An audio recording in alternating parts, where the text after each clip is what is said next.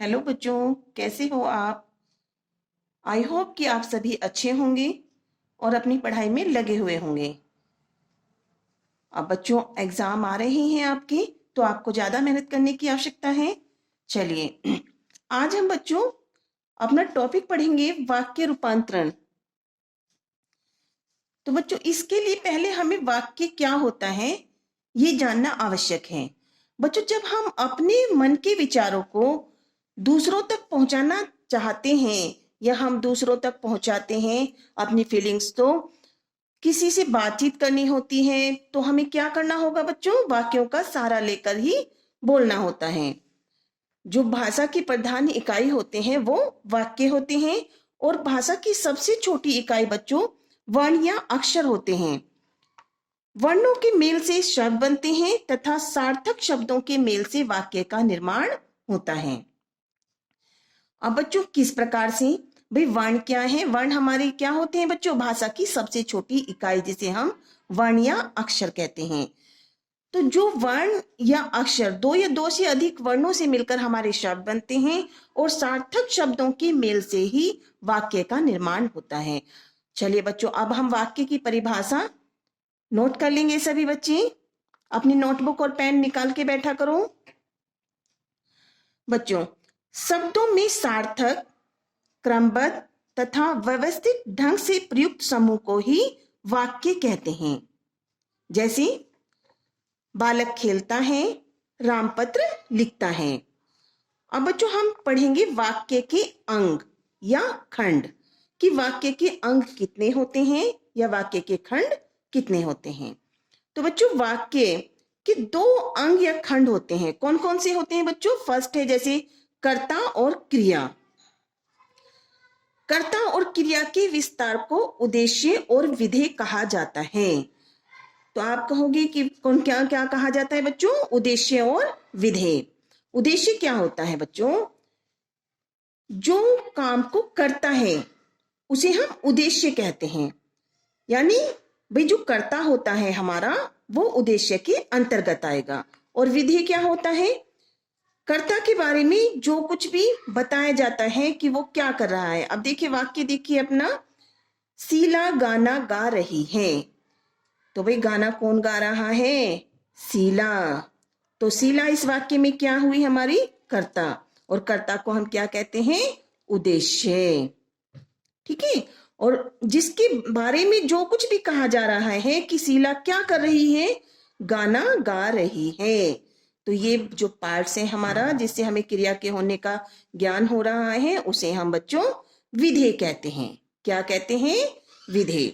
Second देखिए, Shyam football खेलता है। तो खेलने का काम कौन कर रहा है बच्चों, श्याम। ठीक, तो श्याम इसमें हमारा क्या हुआ, उद्देश्य। और वाक्य का जो बाकी पार्ट होता है वो विधेय कहलाता है।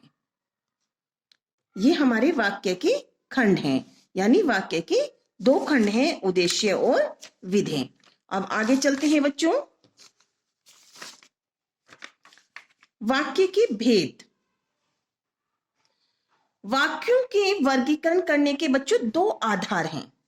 सबसे फर्स्ट है रचना के आधार पर वाक्य के भेद, जिसे हम रचना या बनावट के आधार पर वाक्य के भेद कहते हैं। और सेकंड है अर्थ के आधार पर वाक्य के भेद। तो सबसे पहले हम रचना या बनावट के आधार पर वाक्य के प्रकार पढ़ेंगे कि कितने प्रकार के होते हैं। रचना या बनावट के आधार पर वाक्य के कितने भेद होते हैं। रचना के अनुसार यदि हम बात करते हैं कि वाक्य की बनावट के आधार पर वाक्य के तीन भेद होते हैं। कौन कौन से होते हैं, सबसे फर्स्ट है सरल या साधारण वाक्य, सेकंड संयुक्त वाक्य और थर्ड मिश्रित, मिश्र या जटिल वाक्य, जिसे बच्चों हम मिश्रित वाक्य भी कहते हैं, मिश्र वाक्य और जटिल वाक्य कहते हैं। तो सबसे पहले हम सरल या साधारण वाक्य के बारे में पढ़ेंगे कि सरल या साधारण वाक्य क्या होता है। बच्चों जिन वाक्यों में एक मुख्य उद्देश्य तथा एक ही विधेय हो उसी सरल या साधारण वाक्य कहते हैं। या हम कह सकते हैं कि जिस वाक्य में एक कर्ता होता है और एक क्रिया होती है, उसे हम साधारण वाक्य कहते हैं। कैसी? ध्यान से देखेंगे। फर्स्ट है बच्चों, राम बाजार जा रहा है। तो राम हमारा कौन है? कर्ता, जिसे हम उद्देश्य भी कहते हैं। और बाकी जो पार्ट है इसका विधेय है, जिससे क्रिया का होना पता चल रहा है कि राम कहाँ जा रहा है? राम बाजार जा रहा है। तो ये हमारा साधारण वाक्य है। सेकंड है, वह पुस्तक पढ़ रहा है। वह हमारा सर्वनाम शब्द है, लेकिन यहाँ पे किसका काम कर रहा है? उद्देश्य का, यानी कर्ता का काम कर रहा है। तो ये हमारा साधारण वाक्य है। तो सभी बच्चों को साधारण वाक्य समझ में आ गए होंगे। अब सेकंड हम पढ़ते हैं संयुक्त वाक्य। अब बच्चों संयुक्त वाक्य को आपको ध्यान से पढ़ना है। जिस वाक्य में दो या दो से अधिक सरल वाक्य योजकों द्वारा जुड़े हों उन्हें संयुक्त वाक्य या यौगिक वाक्य कहते हैं।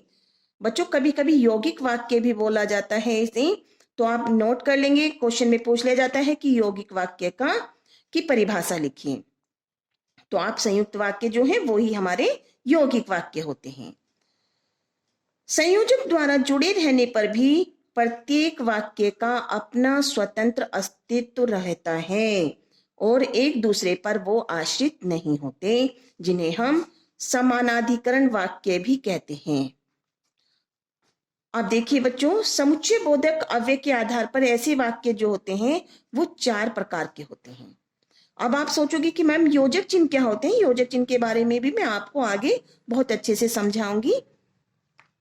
चलिए, समुच्चय बोधक अव्यय के आधार पर ऐसे वाक्य 4 प्रकार के होते हैं। कौन कौन से होते हैं बच्चों? सबसे फर्स्ट है संयोजक, सेकंड विभाजक, थर्ड विकल्प सूचक और 4 परिणाम बोधक। तो सबसे पहले हम संयोजक के बारे में पढ़ते हैं कि संयोजक क्या होता है। जब संयुक्त वाक्य संयोजक अव्यय द्वारा जुड़ा हो, ठीक है। संयोजक कैसे? आप एग्जाम्पल देखिए, जैसे मैनेजर ने बुलाया और चपरासी अंदर चला गया। तो यहाँ पे बच्चों जो और चिन्ह है, ध्यान से देखें और इसे नोट कर लें, ये हमारा योजक चिन्ह है, ठीक है, जिसे हम संयोजक बोल रहे हैं, यानी उसको जोड़ने वाला, 2 वाक्यों को जोड़ने वाला। तो इसलिए संयोजक योजक जो चिन्ह है उसे ध्यान से देख लीजिए। अब इसमें देखिए बच्चों 2 साधारण वाक्य हैं, मैनेजर ने बुलाया, ठीक। अगर हम योजक चिन्ह को छुपा लेते हैं, लुप्त कर देते हैं, तो दूसरा वाक्य है चपरासी अंदर चला गया। तो ये एक दूसरे पर निर्भर भी नहीं है, ठीक। मैनेजर ने बुलाया और चपरासी अंदर चला गया। अब सेकंड देखिए, कंडक्टर ने सीटी बजाई और बस चल पड़ी। तो इसमें भी हमारा जो संयोजक चिन्ह है वो और है, ठीक। तो इसमें भी हमारे 2 स्वतंत्र वाक्य हैं, कंडक्टर ने सीटी बजाई, बस चल पड़ी। अगर हम योजक चिन्ह को लुप्त कर लेते हैं, छुपा देते हैं, तो उन दोनों वाक्यों का अपना अपना अलग स्वतंत्र अस्तित्व है। अब देखिए बच्चों, सेकंड है हमारा विभाजक। विभाजक क्या होता है बच्चों? जब वाक्यों में परस्पर भेद या विरोध की स्थिति हो, तो वहां पर विभाजक चिन्ह का प्रयोग होता है। कैसे? वह परिश्रम तो बहुत करता है लेकिन सफल नहीं हो पाता, ठीक है। तो अब ये विभाजक जिसे हम कहते हैं, ये लेकिन से जुड़ा हुआ है, 2 शब्दों को, जो हमारे 2 वाक्य हैं उन्हें जोड़ रहा है विभाजक, ठीक है। इनमें दोनों में विरोध की स्थिति है। भाई देखिए कैसी, वह परिश्रम तो बहुत करता है लेकिन सफल नहीं हो पाता, ठीक। सेकंड वाक्य देखिए, आप पहले आराम करेंगे या आपके लिए खाना ले आऊं, ठीक है। अब थर्ड है हमारा बच्चों विकल्प सूचक। विकल्प सूचक, आप जब 2 बातें हमारे सामने आती हैं, जैसे एमसीक्यू होता है, विकल्प में है भाई हम ये वाला आंसर लगाएं या ये वाला आंसर लगाएं, तो वो होता है विकल्प मिल रहा हो। अब देखिए बच्चों, विकल्प सूचक में क्या होता है, जब 2 बातों में से किसी एक बात को हमें स्वीकार करना है, तो वहां पर विकल्प सूचक चिन्ह का प्रयोग होता है। कैसे? या तो अंदर आ जाओ या बाहर चले जाओ। ठीक है, तो ये हमारे दो वाक्य हैं, वो किससे जुड़े हैं? या से। या तो अंदर आ जाओ या बाहर चले जाओ। ठीक है, अब परिणाम बोधक देखते हैं। परिणाम बोधक वाक्य क्या होता है? जब एक वाक्य दूसरे वाक्य का परिणाम हो तो वहां पर परिणाम बोधक चिन्ह आता है। कैसे? फर्स्ट वाक्य देखिए बच्चों, परिश्रम करने पर भी वह सफल नहीं हो सका। ठीक है, परिश्रम करने पर भी वह सफल नहीं हो सका, तो इस वाक्य से हमें परिणाम का बोध हो रहा है। ठीक है, और सेकंड वाक्य, उसने बहुत मेहनत की थी इसलिए वह कक्षा में प्रथम आया। ठीक, तो बच्चों ये हमारे संयुक्त वाक्य हैं। ठीक है, अब हम आगे बढ़ते हैं। चलिए, मिश्र वाक्य या जटिल वाक्य। जिस वाक्य में एक प्रधान उपवाक्य के साथ एक या एक से अधिक आश्रित उपवाक्य जुड़े हों तो उसे जटिल या मिश्र वाक्य कहा जाता है। अब बच्चों इसमें क्या होता है, एक जो हमारा होता है मुख्य वाक्य यानी प्रधान वाक्य होता है, और जो बाकी होते हैं एक या एक से अधिक, वो उस पर आश्रित वाक्य होते हैं। किस प्रकार से? जैसे श्याम आज विद्यालय नहीं आ सकेगा क्योंकि वह बीमार है। ठीक है, वो विद्यालय नहीं आ सकेगा क्योंकि वह बीमार है, और वो क्योंकि योजक चिन्ह से जुड़े हुए हैं। क्योंकि उसका आना क्यों? भाई वो बीमार है इसलिए नहीं आ सकता। सेकंड देखिए, जब वह मुंबई गया तब उसने वहां नया व्यापार शुरू किया। तो बच्चों इसमें आप जब, तब, इन शब्दों को देखेंगे कि जब वह मुंबई गया तब उसने वहां नया व्यापार शुरू किया। भाई मुंबई जाने के बाद ही तो उसने अपना कारोबार शुरू किया है। ठीक है, तो ये आपके मिश्रित वाक्य होते हैं जिसमें एक मुख्य वाक्य है। मुख्य वाक्य ये हो गया उसका जाना, और वहां जाने पर ही उसने अपना व्यापार शुरू किया है। अब बच्चों मैं आपको कुछ चिन्ह नोट करा रही हूं, इन्हें ध्यान से नोट कर लीजिए कि योजक चिन्ह में जो है संयुक्त वाक्य में मोस्टली कौन कौन से योजक चिन्हों का प्रयोग होता है और मिश्रित वाक्य में कौन कौन से चिन्हों का प्रयोग होता है।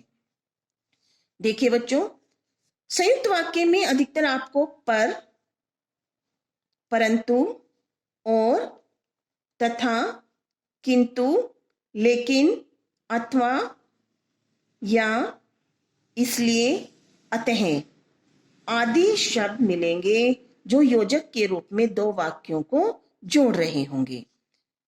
अब मिश्रित वाक्य के बच्चों चिन्ह नोट कर लीजिए आप कि जो, जिसे, जिसने, जब, जैसे ही, जैसे, क्योंकि आदि। अभी हम ऊपर भी देख लेते हैं बच्चों हमारे मिश्रित वाक्य में जो आ रहे हैं चिन्ह। देखिए फर्स्ट में हमारा क्या आया है? क्योंकि श्याम आज विद्यालय नहीं आ सका क्योंकि वह बीमार है। तो हमें तुरंत पहचान हो जाएगी कि क्योंकि आ रहा है, ये मिश्रित वाक्य है जिसमें हम देख भी लेंगे कि एक मुख्य वाक्य है और दूसरा उस पर आश्रित है। और देखिए बच्चों, जैसे ये हमारा सेकंड है, जब वह मुंबई गया तब उसने वहां नया व्यापार शुरू किया, तो इसमें भी हमारा जब और तब वाक्य आ रहे हैं। तो ये जो हमारे योजक चिन्ह हैं उनसे भी हम वाक्य की पहचान कर लेते हैं और थोड़ा सा हमें ये पता चल जाता है कि कौन सा मुख्य वाक्य है और कौन सा उस पर आश्रित वाक्य है। अच्छा बच्चों, मैं उम्मीद करती हूँ कि आपको मेरी वीडियो बहुत पसंद आई होगी और मैं आशा करती हूँ कि आप सभी मेरी वीडियो को लाइक करेंगे, सब्सक्राइब करेंगे और बेल आइकन पर जाकर प्रेस करेंगे ताकि मेरी अगली वीडियो का नोटिफिकेशन आपको तुरंत मिल जाए। अगली वीडियो में बच्चों हम अर्थ के आधार पर वाक्य के भेद पढ़ेंगे और जो आपके सिलेबस में मेन इंपॉर्टेंट क्वेश्चंस में आते हैं।